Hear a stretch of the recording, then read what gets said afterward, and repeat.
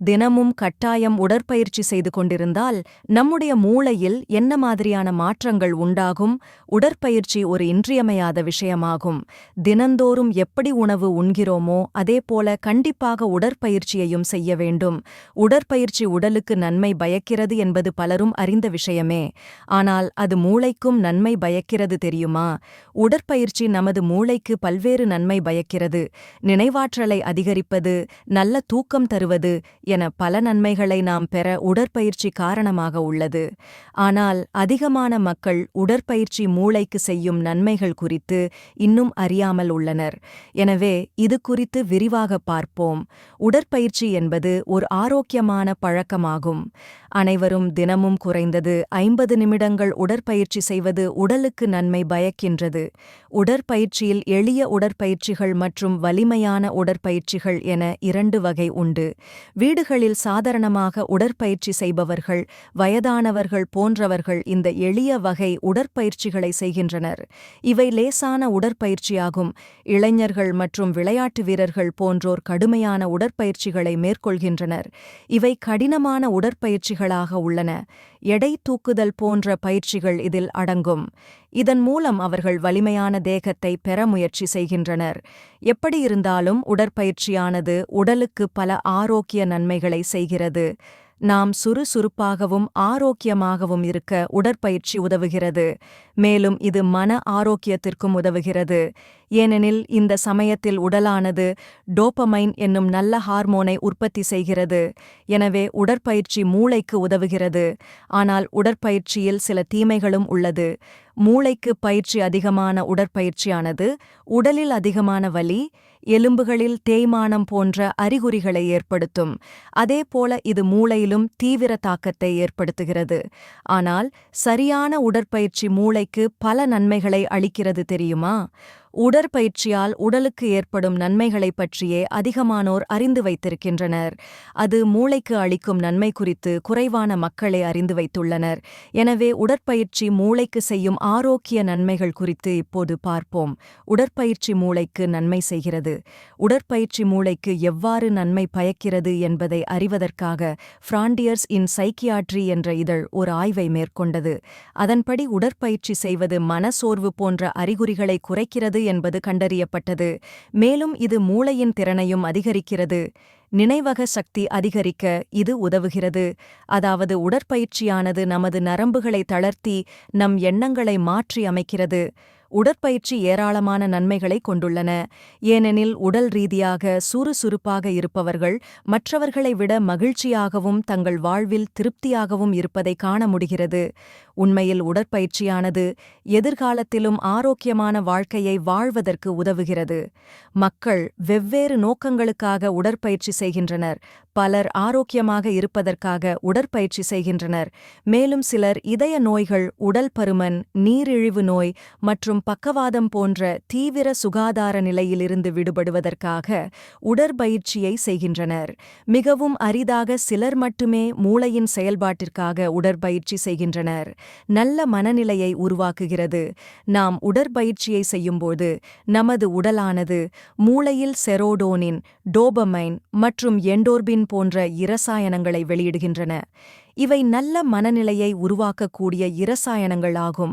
இவை உங்கள் மனநிலையை ஒழுங்குபடுத்துகின்றன. இதனால் மன அமைதி ஏற்படுகிறது. மேலும் இதனால் நீங்கள் மகிழ்ச்சியாக இருப்பீர்கள். கவலை மற்றும் மன அழுத்தம் குறைதல். வழக்கமாக உடற்பயிற்சியில் ஈடுபடுபவர்கள் நேர்மறையான எண்ணங்களைக் கொண்டு காணப்படுகின்றனர். அது எப்படி என நீங்கள் கேட்கலாம்.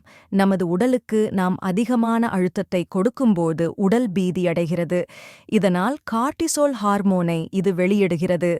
இந்த கார்டிசோல் கவலை மற்றும் மன அழுத்தத்தை நிர்வகிக்க உதவுகிறது. சிறந்த தூக்கம் கிடைக்கிறது. உடற்பயிற்சி செய்வதால் நமது உடலானது சுறுசுறுப்பாக இருக்கிறது. இதனால் பகலில் நமக்கு சுறுசுறுப்புடன் இருப்பதற்கான ஆற்றலையும் இரவில் நல்ல தூக்கத்தையும் உடற்பயிற்சி அளிக்கிறது. சிறந்த தூக்கமானது படைப்பாற்றல் மற்றும் மூளை செயல்பாட்டை மேம்படுத்துகிறது. ஆனால் இரவு நேரங்களில் உடற்பயிற்சி செய்ய வேண்டாம். அதனால் உங்களுக்கு தூக்கம் வராமல் போக வாய்ப்புள்ளது. அதிக நினைவுத்திறன். வழக்கமான உடற்பயிற்சியானது நமது உடல் செயல்பாடு செயல்பாடு மற்றும் மனநிலையில் நல்ல மாற்றத்தை ஏற்படுத்துவதோடு தூக்கத்தையும் மேம்படுத்துகிறது. இதனால் நமது நினைவுத்திறன் மேம்படுகிறது. நல்ல தூக்கம் நமது நினைவாற்றல் மற்றும் சிந்தனை இரண்டையுமே மேம்படுத்துகிறது. மேலும் இது மன அழுத்தம் மற்றும் பதட்டத்தை குறைக்கிறது. மன அழுத்தம் மற்றும் பதட்டம் இரண்டுமே மூளையின் செயல்திறனை பாதிக்கக்கூடிய காரணிகளாக உள்ளன.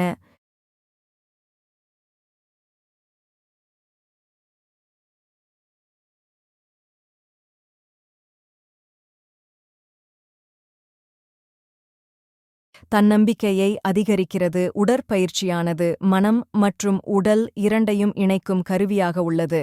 இதனால் நீங்கள் வழக்கமாக இருப்பதை விடவும் வலுவாகவும் ஆற்றலுடனும் இருப்பதாக உணர்வீர்கள். இந்த ஆற்றல் உங்களின் தன்னம்பிக்கையை அதிகரிக்கும். வயது பிரச்சினைகளை சரிசெய்யும். நமக்கு வயது அதிகரிப்பதன் காரணமாக மூளை சார்ந்த சில பிரச்சினைகளை நாம் அனுபவிக்கிறோம். அதிகபட்சமாக ஞாபக மறதி பிரச்சினை பல முதியவர்களுக்கு ஏற்படுகிறது. மேலும் பலர் வயதாவதால் தசை வலிமையை இழக்கின்றனர். ஆனால் உடற்பயிற்சி இவை இரண்டிலும் நம்மை ஆரோக்கியமாக வைக்கிறது.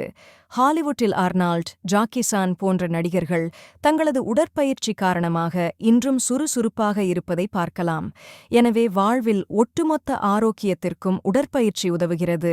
மனநிலையை ஊக்குவிக்கும் உணவு முறையை நம்புவதற்கு பதிலாக உடற்பயிற்சியில் ஈடுபடுவது நல்லது. உடற்பயிற்சி தசைகளின் வலுவை அதிகரிக்க துணை புரியும். இதனால் வயதாகும் போது தசைகளின் இயக்கத்தை நிலைநிறுத்த உதவும். கொழுப்பை குறைக்கும் உடற்பயிற்சி உடம்பில் உள்ள நல்ல கொழுப்பினி அளவை கூட்டி கெட்ட கொழுப்பினி அளவை குறைக்கும். மேலும் இதயத்தில் உள்ள தமனிகளில் இரத்தம் உறைதல் உருவாகுவதை தடுக்கும்.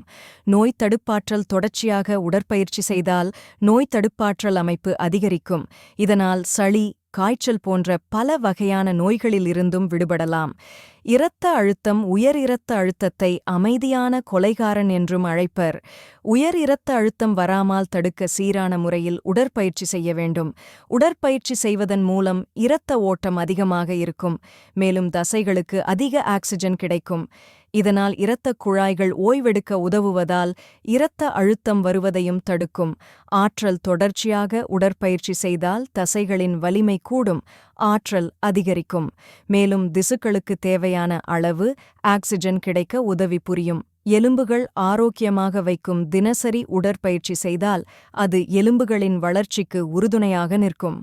இதனால் ஆஸ்டியோபோரோசிஸ் மற்றும் ஆர்த்ரிட்டிஸ் போன்ற நோய்கள் வராமல் தடுக்கலாம்.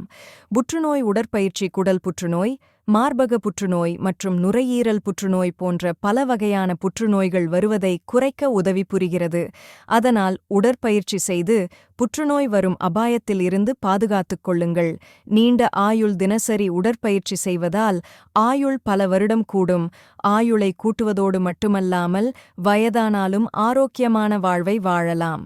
முதுகு வலியை குறைக்கும். முதுகு வலியால் அவஸ்தைப்படுபவர்கள் வலியை குறைக்க உடலை சிறிது வளைத்து உடற்பயிற்சி செய்யலாம். மூளையின் இரசாயன அளவு அதிகரிக்கும். தினசரி உடற்பயிற்சி செய்தால் இது புதிய மூளை அணுக்களை உருவாக்கி மூளையில் உள்ள அணுக்களின் மத்தியில் இணைப்பை உருவாக்கும். அதனால் புதிய விஷயங்களை படிக்கவும் புரியவும் உதவும். டென்னிஸ், கூடைப்பந்து போன்ற கடின பயிற்சியையும் மேற்கொண்டால் படிப்புத் திறன் மற்றும் மன ஒருமித்தல் திறன் அதிகரிக்கும். மேலும் உடல் ரீதியாக சுறுசுறுப்பாக இருப்பவர்கள் எப்போதும் மனரீதியான சரிவை அனுபவிப்பதில்லை.